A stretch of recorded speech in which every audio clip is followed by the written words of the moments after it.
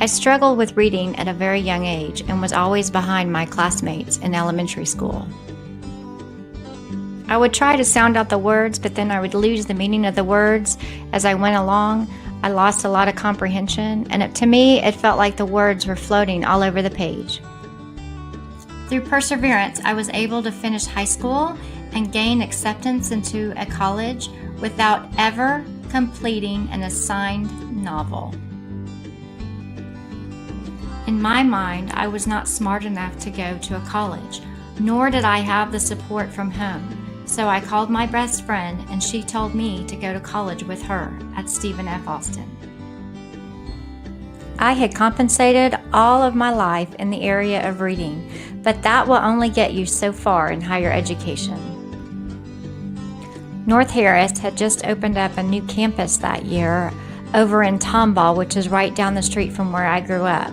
So I decided to come home for the summer and take my English class at what is now called Lone Star Tomball.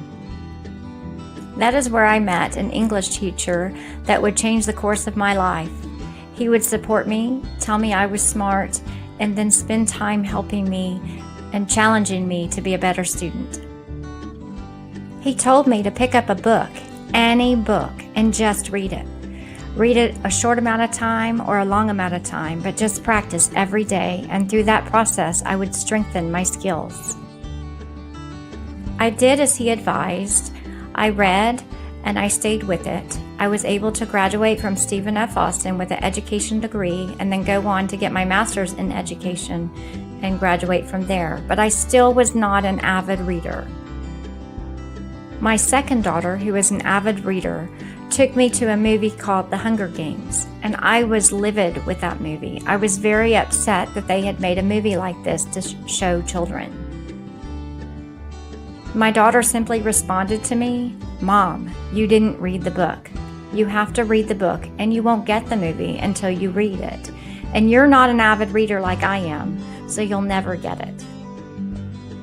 I was kind of embarrassed, but I went home and I got her book, The Hunger Games, and I read it. And not only did I read it, I read it within a week. And she was right, it was a really good movie. And then not only did I read that, I read the whole trilogy and really got attached to reading. This is where my love began. Now I read books for fun because I like them, and my very favorite ones to read are the books that are made into movies. And the way that I reward myself is that I read the book and then I go see the movie. But I can't see the movie until I've read the book. I don't remember the name of the English professor that I took from at Lone Star Tomball, but all I can tell you is I remember his advice. Just read a little bit each day and you'll get stronger at it. He was so right. Through years of practice, I have increased my reading ability and I'm able to read more complex books with deeper plots. And now my goal is to go back and read some of those novels that I missed in high school.